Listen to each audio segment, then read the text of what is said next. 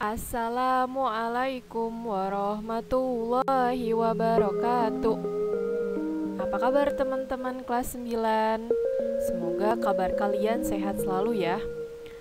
Silahkan teman-teman berdoa terlebih dahulu.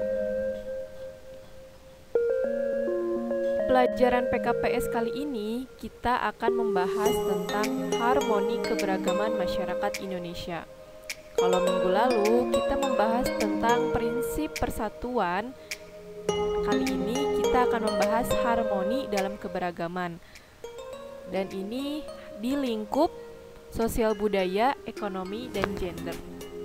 Harmoni yang akan kita bahas di video ini ada 3, yaitu harmoni sosial budaya. Kita tahu ya, Indonesia itu banyak sekali keanekaragamannya. Mata pencahariannya, bahasanya, adat istiadat, suku, budaya, lagu-lagu daerah, pakaian adat. Nah, yang disebut harmoni adalah ketika dalam keberagaman itu setiap orang saling membutuhkan dan saling melengkapi.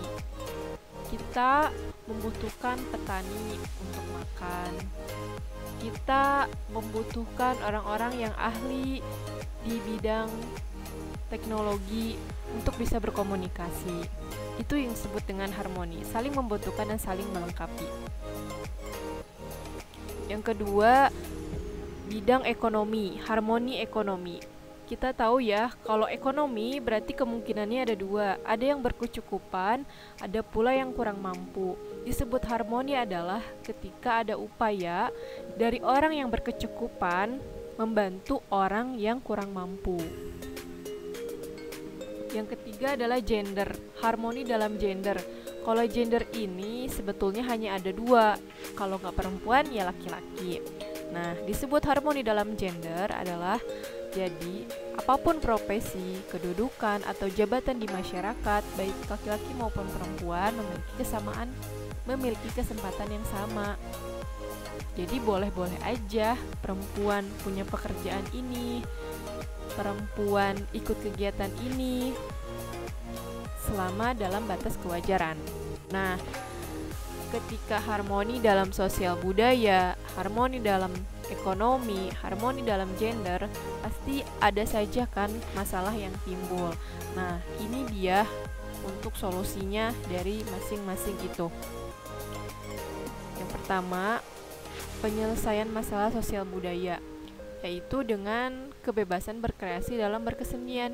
Ya udah, orang dikasih kebebasan mau berkarya apa saja, jangan dikekang. Yang kedua, memberikan perlindungan dan penghargaan terhadap hak cipta. Itu tadi ya, misalkan sebagai bentuk kita menghargai karya seseorang, kita tidak membeli bajakan. Itu perlu dikembangkan minat dan semangat kewirausahaan yang berdaya saing dan unggul. Nah, ini bisa dalam bentuk kegiatan-kegiatan latihan jualan. Lalu ada melindungi dari narkotika, obat-obatan teralang, dan zat adiktif lainnya. Jadi, kalau misalkan orang sudah terkena obat-obatan terlarang, dia akan sulit untuk melakukan aktivitas apapun. Nah, justru upaya agar terlindungi dari hal-hal seperti ini adalah banyak menyibukkan aktivitas kita di kegiatan sosial budaya.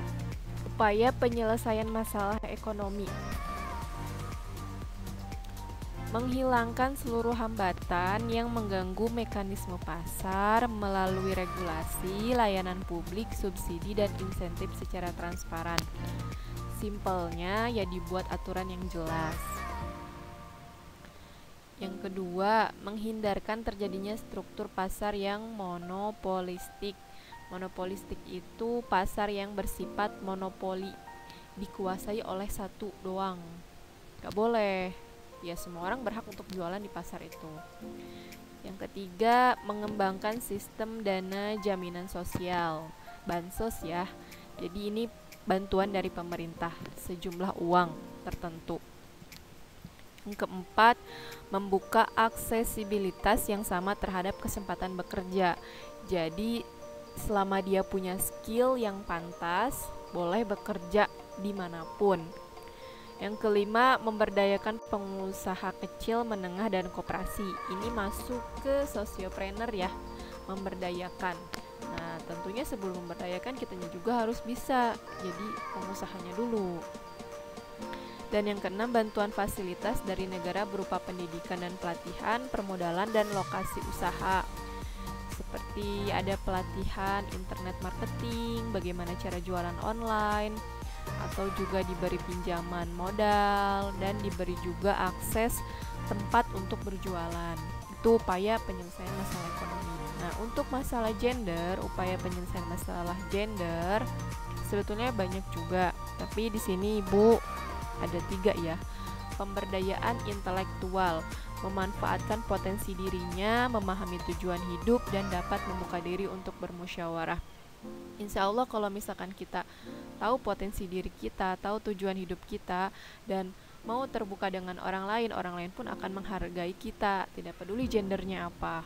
Nah, program pemerintah menyempurnakan perangkat hukum untuk melindungi setiap individu dari berbagai tindak kekerasan, eksploitasi, dan diskriminasi. Nah, kalau ini berkaitan dengan aturan dari pemerintah, bagaimana membuat aturan untuk melindungi baik itu laki-laki atau perempuan dari kekerasan, eksploitasi, dan diskriminasi. Kalau bisa sih orang-orang yang melakukan pelanggaran ini dapat hukuman seberat-beratnya. Selanjutnya, pelaksanaan pelatihan atau pendidikan untuk meningkatkan pengetahuan, pemahaman, dan kesadaran tentang gender. Nah, ini juga penting banget. Jadi ketika kita tahu kalau perempuan dan laki-laki itu punya perbedaan dan punya cara kerjanya sendiri, jadi kita bisa memahami, oh ternyata kalau laki-laki itu seperti ini, oh kalau perempuan itu seperti ini. Jadi tidak saling atau banyak menuntut. Nah, sekarang kita masuk ke sistem sosial budaya. Sistem sosial budaya yang memungkinkan terjadi adanya beberapa masalah. Di sini bahas masalah terus ya. Oke, gak apa-apa. Nah, yang pertama ada sistem agama, kepercayaan atau religi, dan upacara keagamaan. Adanya penyelenggaraan upacara adat yang membutuhkan sikap menolong, kerjasama, dan toleransi untuk menghindari konflik. Yang kedua, sistem masyarakat dan organisasi kemasyarakatan, ormas. Nah, ormas ini akan sangat membantu jika turut serta membangun masyarakat melalui pemberdayaan masyarakat. Akan jadi masalah ketika merasa bahwa kelompoknya sendiri itu lebih unggul. Sistem pengetahuan.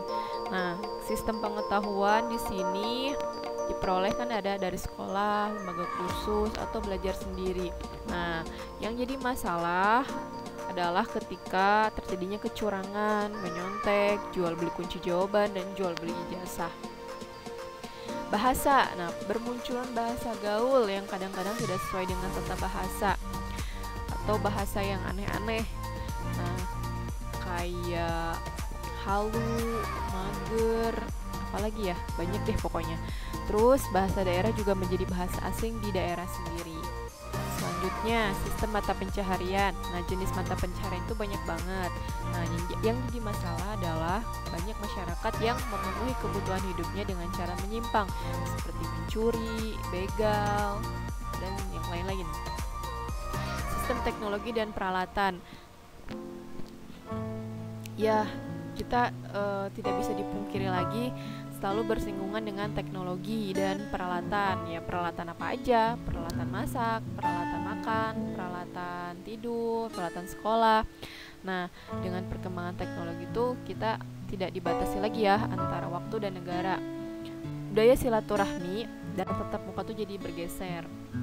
Nah, kalau misalkan dari segi peralatannya, masih banyaknya peralatan dan teknologi yang diimpor. Dan yang ketujuh adalah kesenian. Nah, seni itu ada seni rupa, seni sastra, seni pertunjukan. Yang jadi permasalahan yang muncul adalah adanya sekelompok masyarakat yang mengatasnamakan seni, namun dalam mengekspresikan seninya tidak mengindahkan norma-norma dalam masyarakat. Contohnya seni melukis, tapi yang kita lukis adalah gambar misalkan menghina seorang, atau menghina nabi, atau menghina suatu negara. Nah, itu kan mungkin mengatasnamakan seni, tapi dia tidak sesuai dengan norma-norma. jika kita tersenyum kepada seseorang yang justru dialah yang membuat kita sedih, maka itu disebut lapangnya hati. Materi kali ini cukup sekian. Kalau ada yang kurang dipahami, silahkan ditanyakan. Mohon maaf atas kesalahan. Wassalamualaikum warahmatullahi wabarakatuh.